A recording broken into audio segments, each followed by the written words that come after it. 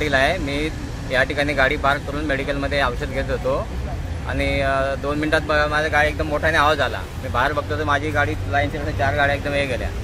Driver बोलतो माझं BP low झाला का शुगर लो झाली म्हणून माझं कंट्रोल गाडीवरून सुटलं बा असं। मग ST महामंडळाने यांचं मेडिकल फिटनेस कसं काय करतात हे समजत नाही ना साहेब। मेडिकल फिटनेस झालं पाहिजे यांचं। आता ती कंडक्टर बाई बोलते की त्याचं शुगर लो झाली म्हणून त्याला चक्कर आली, पण आता आमच्या गाड्यांचं नुकसान झालं याचं काय करणार? नुकसान झाले। माझ्या समोर तर 4 गाड्या इथं आहेत।